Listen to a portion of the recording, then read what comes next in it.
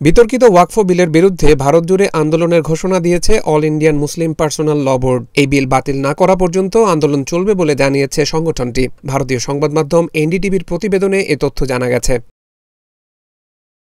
BJP নেতৃত্বাধীন national Democratic alliance NDA জোটের সমালোচনা করে অল ইন্ডিয়া মুসলিম পার্সোনাল ল বোর্ড বলেছে, এ জোটের সঙ্গে থাকা দল জেডিইউ, টিডিপি এবং এলজিপি রামবিলাস পার্লামেন্টে ওয়াকফ বিলে সমর্থন জানিয়েছে। এর মাধ্যমে নিজেদের কথিত ধর্মনিরপেক্ষতার মুখোশ খুলে দিয়েছে এই দলগুলো।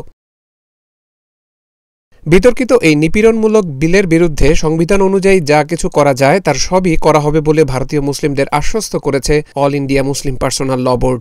এ বিল নিয়ে কোনো মুসলিমকে হতাশ হয়ে না পড়ার আহ্বান জানিয়েছে সংগঠনটি। বান্ডেল থাকলে প্রতি সেনমানিতে টাকা বাঁচবে। বিকাশ সেনমানি বান্ডেল কিনে জিতুন প্রতি লেনদেনে। ওয়াকফ বিলের বিরুদ্ধে কেবল সুপ্রিম কোর্টের দ্বারস্থই হবে না ভারতীয় মুসলিমরা, বরং এটির বিরুদ্ধে আন্দোলন ও সংগ্রাম অব্যাহত রাখা হবে। ঈদুল আজহার পর আন্দোলনের দ্বিতীয় ধাপের ঘোষণা দেওয়া হবে বলেও জানা গেছে।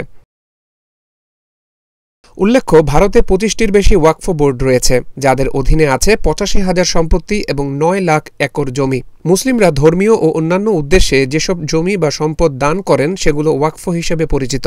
এই জমি বেচাকেনা করা যায় না, আর এগুলোর তদারকি করে থাকে মুসলিমরাই। তবে বিতর্কিত এই বিলে ওয়াকফ বোর্ডে অমুসলিমদের রাখার নিয়ম চালু করা হয়েছে। ভারতীয় মুসলিমদের আশঙ্কা, এই আইনের মাধ্যমে তাদের সম্পদ দখলের পরিকল্পনা করছে নরেন্দ্র মোদীর বিজেপি সরকার।